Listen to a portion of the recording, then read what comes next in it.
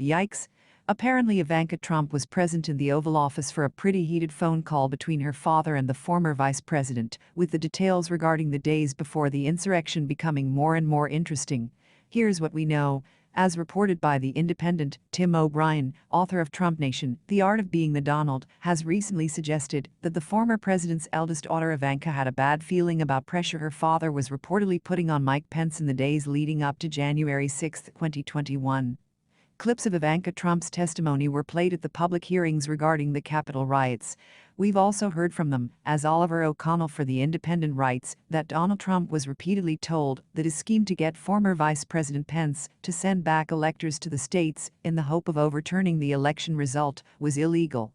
In a recent interview between MSNBC host Alex Witt and Mr. O'Brien, the author was asked, "Do you get a sense from her testimony that Ivanka had a bad feeling about January 6, even before the rally at the Ellipse?" O'Brien replied, "Absolutely."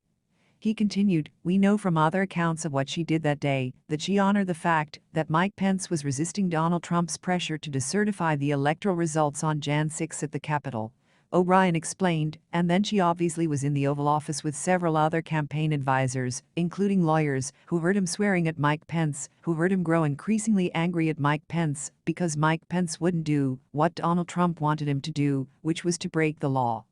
O'Brien elaborated, "What is significant is what we have learned in the hearings thus far is that Donald Trump at that point knew it was illegal."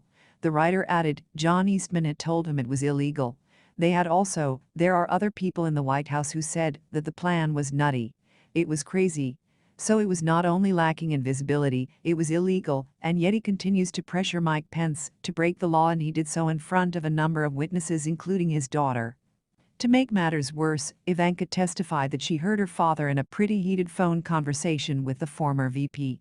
Photos have emerged of several members of the Trump family together in the Oval Office on the morning of January 6, just ahead of the rally on the Ellipse before the Capitol riot. Members of staff close to the former president and his daughter, his body man Nick Luna, and her chief of staff, Julie Radford, also claim Mr. Trump called his vice president a wimp and a PY.